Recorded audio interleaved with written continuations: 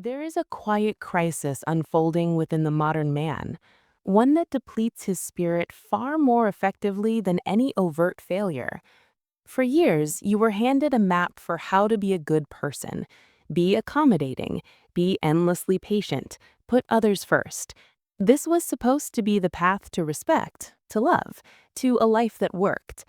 But if you followed that map faithfully and found yourself feeling empty, used, or quietly resentful, then this message is for you. The problem isn't your capacity for kindness. The problem is where you've been directing it. This isn't about becoming harsh. This is about becoming awake. And what you're about to see will reframe everything you thought you knew about strength. From a psychological perspective, when you offer your goodness without conscious filter, it ceases to be a virtue. It becomes an invitation. You are unconsciously training the people around you to see you not as a person, but as a resource. Every time you silence a need to speak up, every instance you tolerate disrespect to keep the peace, every moment you give energy to someone who sees it as an entitlement, you are drafting a blueprint for your own depletion. The cost of this isn't abstract. It manifests as a deep fatigue, a cynicism that seeps in, a feeling of being fundamentally unseen in the very relationships where you've shown up the most. Why does this happen? Because what is not made conscious within us doesn't vanish. It plays out in our lives, in our choices, in the dynamics we perpetuate. An unconscious goodness is a weapon turned against the self. Your peace is not a currency for someone else's comfort. Those who move through life with a grounded presence aren't devoid of warmth. They are defined by consciousness. They understand a foundational truth.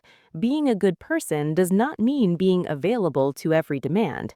It does not mean carrying emotional burdens that were never yours to hold. The more you strive to please, the more personal authority you surrender. Your desire for external approval often masks a deeper reluctance, a fear of confronting the parts of yourself you've been taught to disown.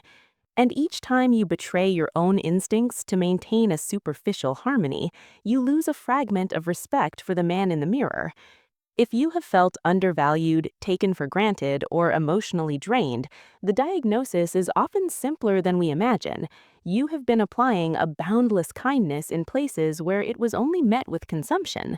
This is a call to confront an idea that modern culture often rejects. You should not be good to everyone. Let that settle. We must examine why helping those who feel entitled to it weakens your foundation, why giving without a thread of reciprocity leaves you hollow, and crucially, how to protect your core energy without closing your heart. This isn't a comfortable lesson. It is an essential recalibration of character, discernment, and self-regard. When you learn to be selective with your compassion, you reclaim a sense of dignity and agency you may have forgotten you possessed. For so long, the narrative was clear. Endurance was strength, silence was maturity, sacrifice proved your worth. You lived by this code. You gave more than you had to spare. You conceded ground that was rightfully yours. You absorbed pains that were not yours to heal. Until something inside began to fracture. Because an unexamined, limitless goodness is not moral superiority, it is a profound vulnerability. It exposes you. It makes you easy to overlook, easy to exploit, easy to disappoint. The world, consciously or not, will often step into the space you leave undefended. The error was never kindness itself. The error was bestowing it upon those who could not recognize its value. The error was conflating empathy with a disappearance of the self.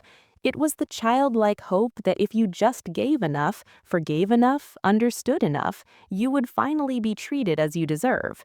But reality operates on a different principle. People do not learn to honor you by how much you provide. They learn to honor you by what you calmly and consistently will not allow. Not everyone who enjoys your light deserves a seat at your fire. We must look inward with ruthless honesty. How many times did you utter yes when your entire system screamed no? How often did you rationalize clear disrespect to sidestep conflict? How many days did you prioritize another's comfort while ignoring your own sinking exhaustion? That was not love. That was the fear of losing favor. And as long as you mistake generosity for a need to be accepted, you will magnetize relationships that take but never sustain. You must see this with crystal clarity. Not every soul who receives your aid has noble intent. Not everyone who profits from your patience warrants your loyalty. Some individuals do not desire to grow alongside you. They only seek a pillar to lean upon. And when you are no longer functional for them, they depart, leaving you with confusion and the bitter taste of investment in a barren field. This juncture is where genuine maturity truly begins. It starts when you internalize that you are under no obligation to be gracious to those who do not respect you, that you need not shoulder another's unresolved chaos to prove your value, that establishing a limit does not make you cold. It makes you a conscious being who understands his energy is finite, his time is precious, and his inner peace is non-negotiable. This isn't about hardening your heart, it is about enlightening your mind.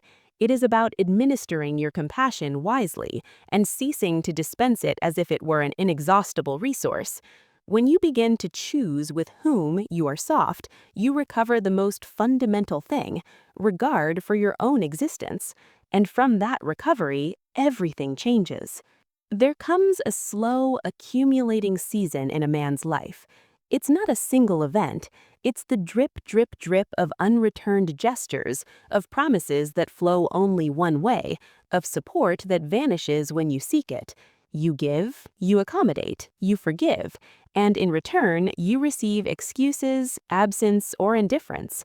At first, you explain it away, but over time, that weight becomes something else. What you once named kindness begins to feel like soul fatigue. Most men don't shatter from one great impact. They erode from the constant subtle abrasion of non-reciprocity, from feeling necessary but not valued, functional but not cherished. They are present for everyone, yet only truly alone with themselves when their reserves are already spent. Here lies a pivotal insight. When you are a good man with the wrong people, you condition your environment to view you as a utility. Many will exploit your good faith, not out of malice, but because you never demonstrated a line. You never showed them where the field ended. You mistook compassion for permissiveness. You believed love endured all things. But what endures everything is fear. Fear of causing displeasure, fear of loss, fear of solitude. And that unspoken fear pilots countless decisions. Hear this clearly. Individuals who genuinely respect you do not abandon you when you state your boundaries. Those who exit when you begin to honor yourself never truly held you in regard. They were merely comfortable with the version of you that did not push back, the version that was perpetually on call, the version that gave without ask. When that man starts to fade, they fade too. That realization stings, but it also emancipates. Being a good man does not mean eternal availability. It does not mean rescuing everyone. It does not mean owning guilt that isn't yours. From a deeper view, it means acting from principle and from self-possession. It means aiding where respect is present, not where exploitation is. Your duty is not to prop up those who refuse to stand, nor to trade your serenity for bonds that drain you. Here, confusion often arises. You may worry that boundaries render you selfish, detached, or rigid. The opposite is true. Boundaries don't remove your humanity, they restore your sovereignty. They remind you that your attention has weight, that your vitality is not endless, and that your presence is a privilege granted, not a right demanded. When you start to operate from that knowing, your life shifts, your connections transform. The gaze of others alters, and most importantly, the way you see yourself is rebuilt. Now, pause. Be direct with yourself. Bring to mind one specific individual, someone to whom you overextended, someone who crossed lines that should have been firm, someone who benefited from your decency without returning basic respect. Who is that person? What was the core wound in that dynamic? Acknowledging this is the first critical step towards breaking the cycle. Until you name where you abandoned yourself, you will keep calling virtue what is in truth self-betrayal. You were not born to inhabit that space. When you begin to set firm limits, discomfort arises, not primarily around you, but within you. Guilt surfaces. That inner voice whispers that you are being unkind, that you are changing, that you are not the same man. In a way, it's right. You are not the same. You are no longer the man who traded his truth to keep others placid. You are no longer the man who stayed small to avoid causing waves. That evolution, though necessary, can ache. Guilt is the toll paid for breaking an ancient pattern. It is not a sign you are doing wrong. It is a signal you are doing something different. For years, you were conditioned to believe your worth lay in your utility, in fixing, in helping, in being the steady one. When you start to say no, when you withdraw from arenas lacking respect, that old identity trembles. You might wonder, who am I if I am not the rescuer? You might wonder, who am I if I am not the rescuer? Understand this. Guilt is not a moral guide. It is an echo of old conditioning. It doesn't pull you toward what is right. It drags you back toward what is familiar. And what is familiar is often what has exhausted you most. So if you feel guilt while protecting your space, do not retreat. Observe the sensation. Keep moving forward. Clarity arrives in the aftermath, not beforehand. Many men surrender right here. They capitulate again. They over-explain again. They give too much again. Not from desire, but from an inability to bear the discomfort of being cast as the villain in another's narrative. But listen, you were not accountable for the emotions of those who profited from your lack of limits. You are not responsible for the disappointment of those who lost access to your energy. You were responsible for your life, your emotional integrity, and your well-being. When you cease being excessively agreeable, you become clear, and clarity disturbs those who thrived in your ambiguity. Some will label you selfish. Others will recount all you've done for them as if past generosity incurs a lifelong debt. But your past goodness does not obligate you to present-day disregard. Gratitude does not confer a license for abuse. Something potent occurs when you hold your line without endless justification. Your voice finds a firm tone. Your presence gains solidity. You no longer react from a frantic need to please, but from the quiet certainty of a man who respects his own existence. That calm rewrites the entire script. Some will adapt, others will leave. Both outcomes are necessary, for not everyone is meant to journey beside the more conscious version of you. Being good with discernment means accepting that not everyone will comprehend your choices, and not everyone must. Your task is not to be universally understood, but to be unwavering in your truth. As depth psychology teaches, when we act from that inner consistency, we reclaim our center, our direction, our inner authority. This process doesn't make you less human, it makes you more complete. It teaches that true goodness isn't loud, isn't negotiated, and isn't begged for. It is exercised with quiet firmness and self-regard. Once you cross this threshold, there's no returning, for you discover that living while betraying yourself is a far greater pain than disappointing others. In that discovery, a new existence begins. You start to see with piercing acuity. Many bonds were sustained not by authentic care, but by your constant accessibility. They valued not who you were, but what you provided, what you solved, what you absorbed. When you reduce that flow, when you cease always being there, something shatters, not within you, but within the illusion. This moment in growth is both revealing and lonely. You'll feel space, silence, an emptiness where noise once lived. That silence can be intimidating, for you grew accustomed to the clamor of others' demands. But this silence isn't loss, it is reclamation. It is the room required to hear your own voice again. When you stop being the nice guy, you begin to be respected. Not always adored, but respected. And here is the crucial understanding. Respect is the bedrock of healthy relationship. Pity and convenience are not. Many remain only while they extract something. When the benefit ceases, they depart. Though painful, this brings order. It shows you who was there by genuine choice and who was there merely for comfort. At this stage, you redefine goodness. It is no longer about limitless output, it is about intentional investment. You no longer help to gain acceptance, you help because you consciously choose to. You no longer listen from obligation, but where reciprocity exists. And if it doesn't, you withdraw, without drama, without lengthy defense, without guilt. That quiet withdrawal is a supreme act of self-honor. You'll discover your energy returns, sleep deepens, your mind clears. You are no longer hauling stories that belong to others. This lightness isn't selfishness, it is equilibrium. An emotionally depleted man cannot build anything solid, not in love, not in work, not in a life of meaning. Some may mistake this stage for detachment. It is not detachment, it is selection. You remain empathetic, you remain human, but you no longer give yourself blindly.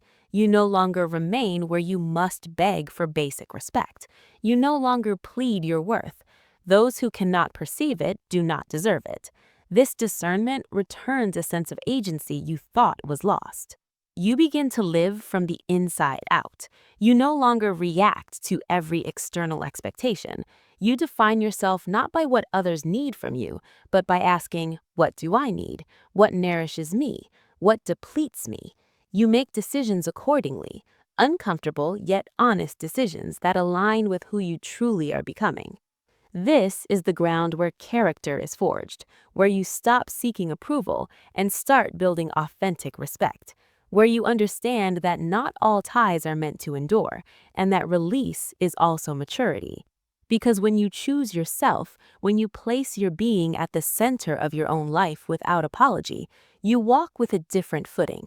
That footing prepares you for what matters most, to become a man who no longer betrays himself, a man who knows his kindness is a valuable resource, not a public utility, a man who has finally learned that not being good to everyone is in fact the deepest way of being good to himself. Reaching this point signifies a fundamental internal shift has already taken place within you. Even if you can't fully articulate it yet, you are not the same man who began this path. You are no longer the one who felt compelled to apologize for your boundaries, to justify your need for space, or to feel guilty for choosing calm over chaos. You no longer mistake love for endless sacrifice, loyalty for self-erasure, and presence for endurance. You have touched a truth that changes how you inhabit the world. True compassion only holds real power when it is rooted in self-respect. Without that root, it becomes an open channel others will unconsciously draw from.